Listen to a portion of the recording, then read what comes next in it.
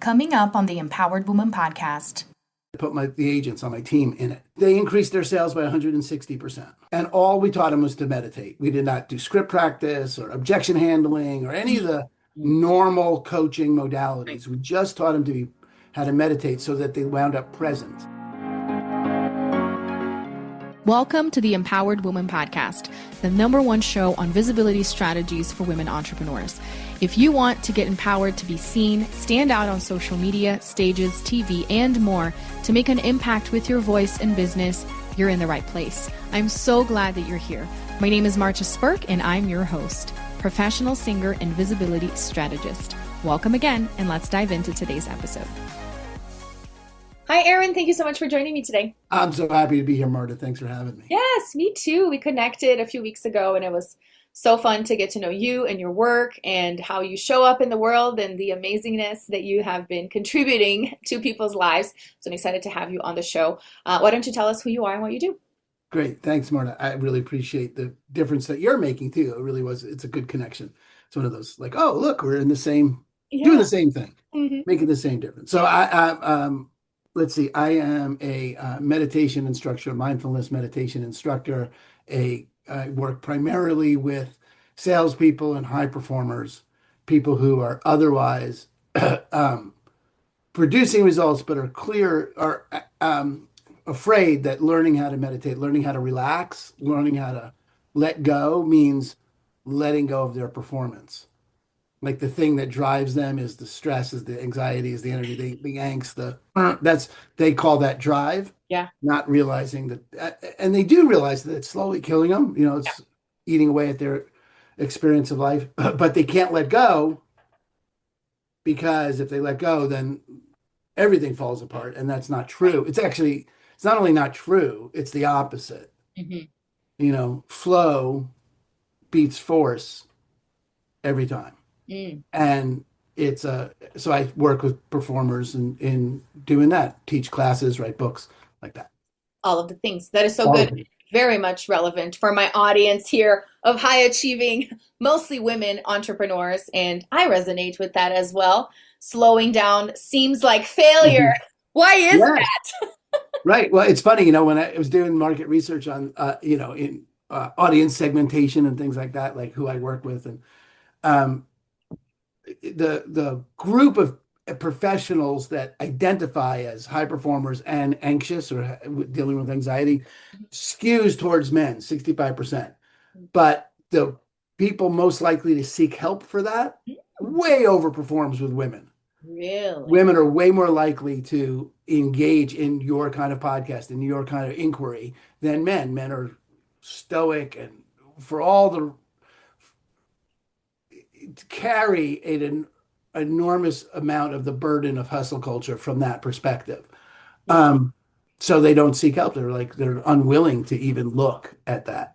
Wow. But not everyone. But anyway, yeah. So you say your show is mostly women, made me think, yeah, that's right. Because women are really way more actively engaged in how do I get out of this trap? Yeah. Oh my gosh. That's so interesting. I love those stats. Well, I love me a good backstory. So now I want to know how you got into this, Sure. What motivated you and how things have evolved throughout the years. Yeah, well, let's see. So I've done a lot of different things in my life. I went to art school. I owned a bakery. I waited tables. I've done lots of things. I've been leading transformational programs with a company called Landmark for, 30 plus years.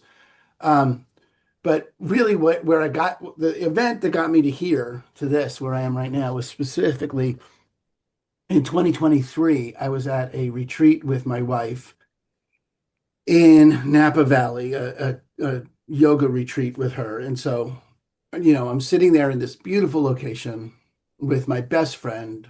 I love her more than anything, 28 years. It's just the best. I pinch myself every day. I have 2 kids that speak to me. They're 19 and 22, and they still speak to me, and they're great, and they're healthy, and they're old enough to take care of themselves, so we can leave the house for a week. Like that. There's a long period of time when you have kids where it's like, is when, okay. And I have 5 deals in escrow. I'm a managing broker of a real estate team. I'm a 6-figure agent for 12, every year, and everything's good. 5 deals in escrow. Everything's good. Good. Life's good. But I noticed that I was worried, and being worried wasn't like new to me. Mm. I was raised in New York, and I'm Jewish, and there's a genetic predisposition to worry that my people have. Yeah. My family's motto was things are never so bad they can't get worse. Mm. And that's sort of like the Jaws music and in my chest. And I noticed all of that in relief against the really otherwise perfection of my life. Mm. And thought, what is going on? So in a moment of, an epiphany, a moment of satori, a flash of insight, I could see the game I was playing in life was get enough. Mm. Once I have enough, then I won't be worried anymore. Get enough. And just saying it out loud is absurd. It's an absurd game. You can't win that game. There's no place called enough. Right. There's no destination called more. There's only more. Yeah. I was like, okay, that's why the chess, that's why the Jaws music, because I don't have enough. And I thought, okay, well, what other game could I play? Like, that's a dumb game. Can't win that game. I don't really want to play that game. And I thought, oh, if I could have some agency over my attention, because right now my attention goes wherever it goes. It's a feral squirrel. It's like just a feral dog, does whatever it does. And mostly it lands on problems, shit that's not going to work out. If I had some agency of my attention, what that would be, I could then focus on what I wanted to accomplish. And I'd been meditating on and off since I was 20, but at this moment it was like, oh, I should really get back into that practice, because that's what, meditation's for, is to create agency of attention. And so I got into meditation again. I started revivifying my meditation practice. And at some point in there, I thought this would be a really great thing to train my team in. Because every coach in the world talks about mindset. You don't find coaches that say mindset doesn't matter. Right. But how many of them give a prescription?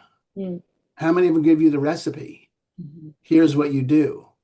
And I thought, well, I should do this for my team. And I decided to get certified as a mindfulness meditation instructor. Wow. So I started that certification process. And about halfway through, the Jaws music stopped. My worry stopped. I remember it was at a stop sign, half a mile from my house. And I thought, where's that feeling? Where's the impending doom? It just couldn't, it was just the wildest experiences. Like what happened here? And I thought, okay, I've got to give this away. I got to give this away. I've got to make sure people get this. So I put together a program, and that was in 2024. I ran some test programs with it, or I ran a test program with it. And then 2025, I rolled out what I now has turned into How to Live a Grateful Life in a Fucked Up World, a 9-week practice to train your brain for peace, clarity, and presence. That's what I'm framing that. And I put my real estate team through it. I put the agents on my team in it. And they increased their sales by 160%. Wow. And all we taught them was to meditate. We did not do script practice or objection handling or any of the normal coaching modalities. We just taught them how to meditate so that they wound up present in life, clear, peaceful, present. And it turns out, this will sound not surprising when I say it out loud, but, people trust people when they're present and they're clear and they're peaceful. They trust them, and they buy from people they trust. And the agents were happier, 86% increase in agent retention. And we got 50% more referrals. And I thought, okay, well, this is fucking great. This is what I want to do. This is what I want to do now. And that was the 2025. And, since then, I probably had about 300 or 400 people through the cohorts. That's amazing. And the results are, some people just wind up happier with their family and peaceful. A bummer. That's all they got. Right. And some people double their sales, or some people have the best quarter. I had my first 6-figure quarter last year. I was like, oh, this is really good stuff, Mhm. meditation. And yeah, so then I took the manual, turned it into a book. Going to be releasing that in the second quarter of this year, and that's where we're at. That's my backstory. Oh How's my that? gosh. I love it. Thank you so Okay, good. much. You're welcome. Thank you for sharing all of it. I love the whole process. I want to talk about meditation, but from a business standpoint, Yeah. since it's something fairly recent, when we think from when you created the process, you tested it out Hmm. with your team, and then put it out there and have hundreds of people go through it. Hmm. Talk to me more about this process because I feel like it's helpful for other business owners that are Sure. in that beginning process too. Yeah. The thing is a couple of myths about meditation because I we've already said it now like 5 times, but you say meditation and there's an image in your mind already about what meditation Yeah. is, and I almost guarantee you it's wrong. Mm. Right? I mean, it what do you associate with meditation? Tell me your associations with meditation. When I say you should meditate, do you meditate regularly? Not regularly, Okay. but I So do. so give me some of the stuff you think about meditation. I would say quiet Mhm. time, letting go of thoughts, Mhm. and being present and not thinking about the next thing and the next thing and the worries, right? Yeah. Those are some of them. There's more of an image though. Like, so I went on a 10-day silent meditation retreat. Okay. And if I tell you I went on a 10-day silent meditation retreat, what do you think I'm doing? Give me the picture of what it looks like. Well, I'm assuming that you don't speak during the Yeah. 10 days to Yeah. anyone around you, and but Yeah. I don't know what you would be doing all day, every day. Yeah, mostly people think it's sitting cross-legged Uh-huh. in a room with Mhm. incense, Yeah. dark room with incense like that. And that is what the retreat looks like. Okay, that's Okay. what the retreat. But more to the point, most people think that's what all meditation looks like. Hmm. And they think it's about emptying their mind of thought. Yeah. And they think it's about Hmm. and I told someone I was getting certified in I told my financial planner I was getting certified, and she said a couple of months later, she said, I'm waiting for you to show up in robes. Oh, geez. But that's the association, that's Right. the frame that people have with meditation. And it doesn't seem to make any sense to people that you could meditate and produce more. Hmm. Those two things don't seem to be make any sense. But meditation is like going to the gym. Mm. You don't go to the gym to get really good at lifting heavy iron circles, Right. right? No one's like, that's my goal in life. I mean, if you want to be an Olympic lifter, yeah, that Right. could be your goal in life, and you could do that. And that's the equivalent of being a monk. Good, go do that.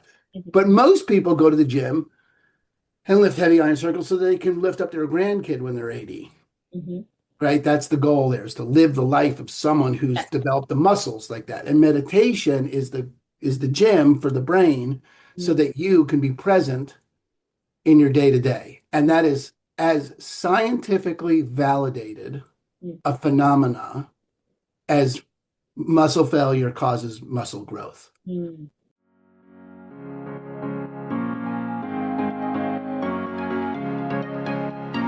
Hey, let me ask you a question. Would you like to be my next guest on the Empowered Woman podcast? Do you have a story you'd like to share? Want more visibility for your business on a show ranked in the top 0.5% in the world? Well, then head on over to martasburg.com/podcast guest for more information. Let's see what happens. Right.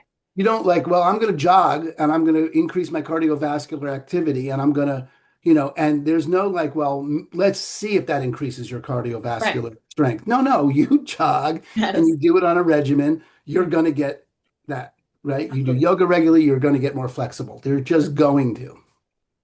Meditation is neurologically proven there's 70 years of studies on this, to increase the size of your prefrontal cortex Mhm.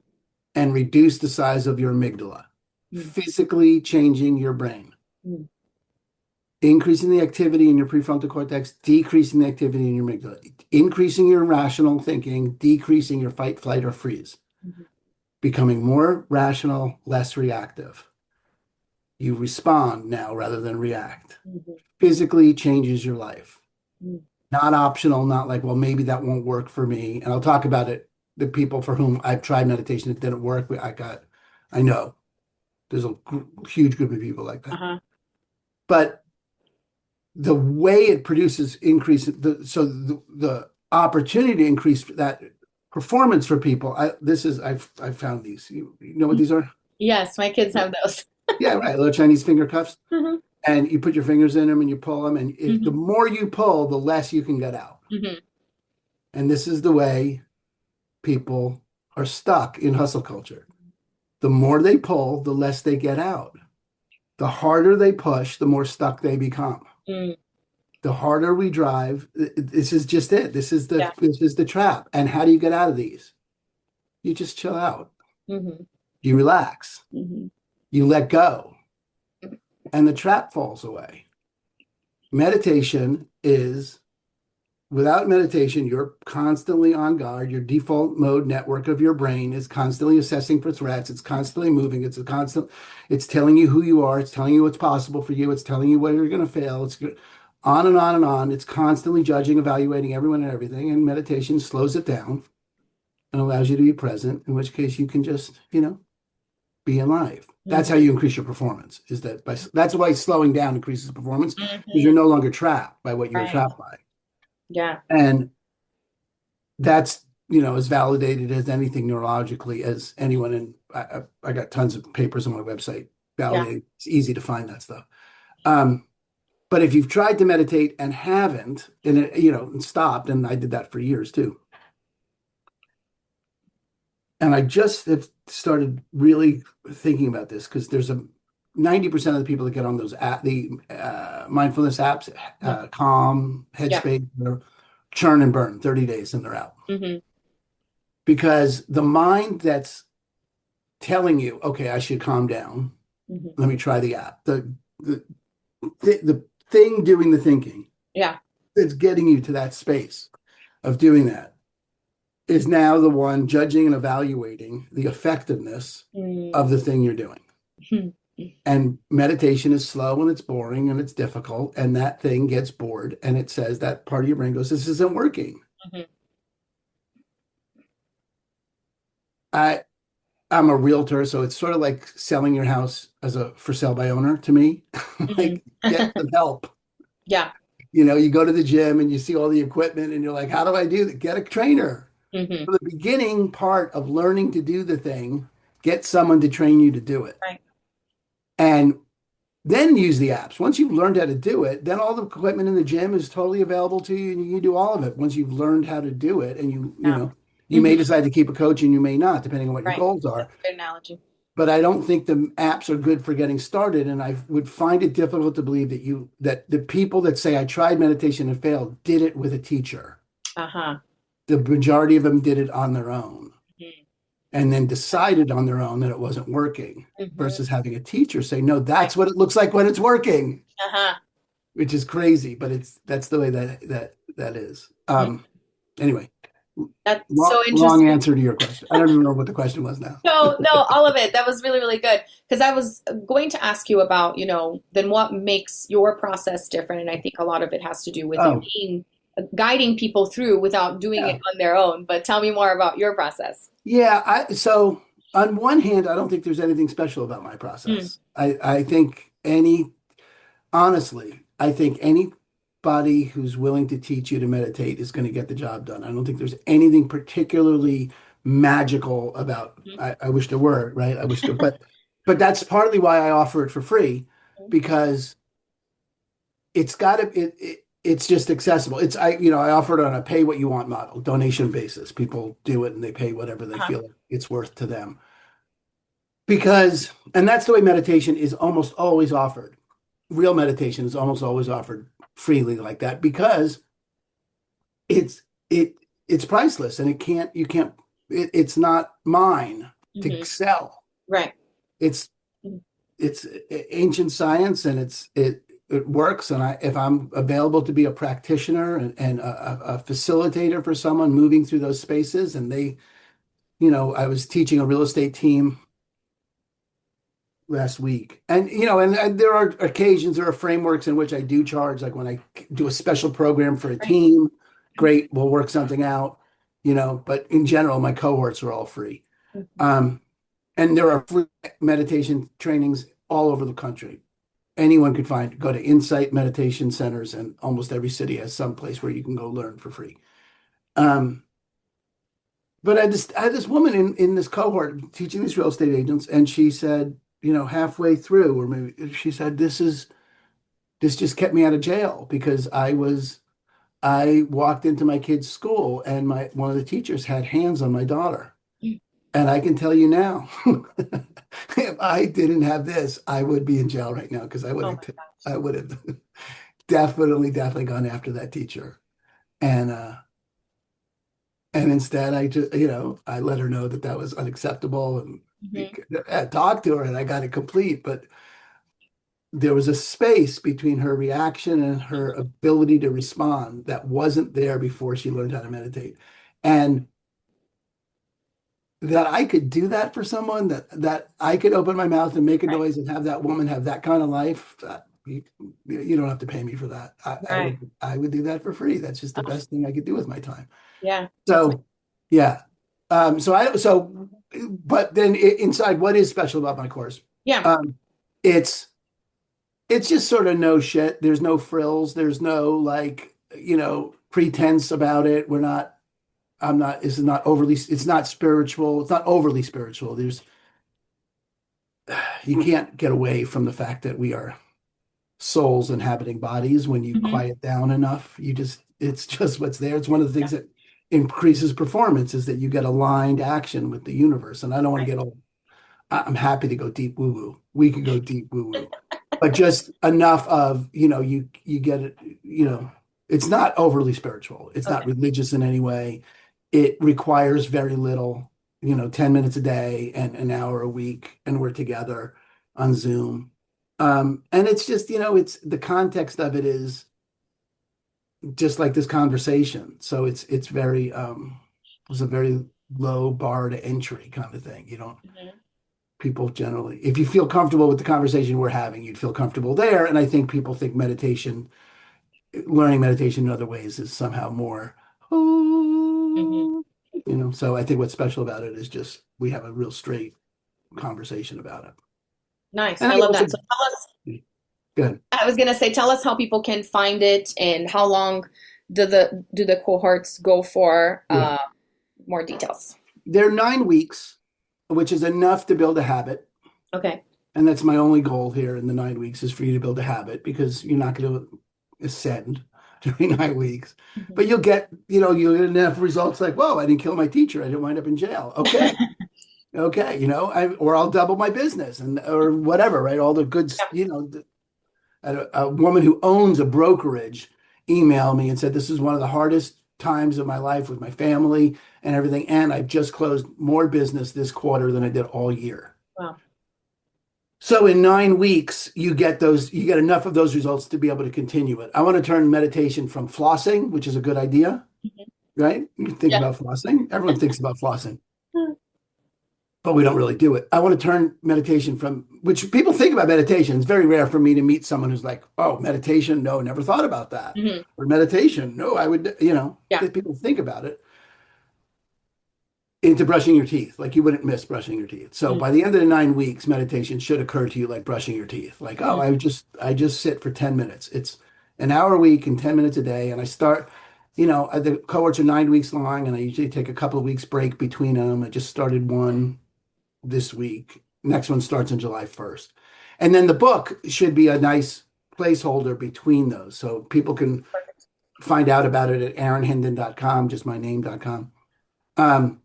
And all the next cohorts, and when the book releases, it'll be there and things like that. Wonderful. And we'll make sure and have all the links in the show notes as well. Before I have you tell us how people can connect with you besides the website, I like asking all my guests what I call Great. my $1,000,000 question. Okay. Typically, when I have a woman guest, I say, what is an empowered woman to you? But when I have my guy guests, I ask, what is an empowered human to you? Good. Well, an empowered human is one who experiences their own agency Mm. and is connects with or emanates loving kindness. Mm. I think by default, I think our natural state is loving kindness. And, when you see babies, Yeah. you got to, things have to happen to them to have them lose loving kindness. So true. So they have an empowered, Yeah, empowered. An empowered human would be one who has agency, one who has a say about the quality of their life, is the kind of wherewithal to have things go the way they want. And has the freedom to make that happen. They're empowered. And they are connected to their own natural state of loving kindness. That's so good. And I love the baby analogy. You have great analogies. Thanks. Thank you I got so many more. I bet you do. And we'll have to stay tuned for when the book is out. I'm sure yes, they're all in the book. Stories and lots of fun stuff. Thank you so much for joining us today. This was so good. Lots of food for thought here. No pun intended. There you go. Well, I'll make sure and have all the links in the show notes for people to connect with you. Thank you. Thank you, Marta. Thank you so much. I really appreciate the opportunity. Thanks so much for tuning in today. I hope this episode empowered you. And if you enjoyed the show, please join the Empowered Woman community on Facebook and share with friends or leave a review on iTunes so more people can discover this empowering message. Until next time, bye.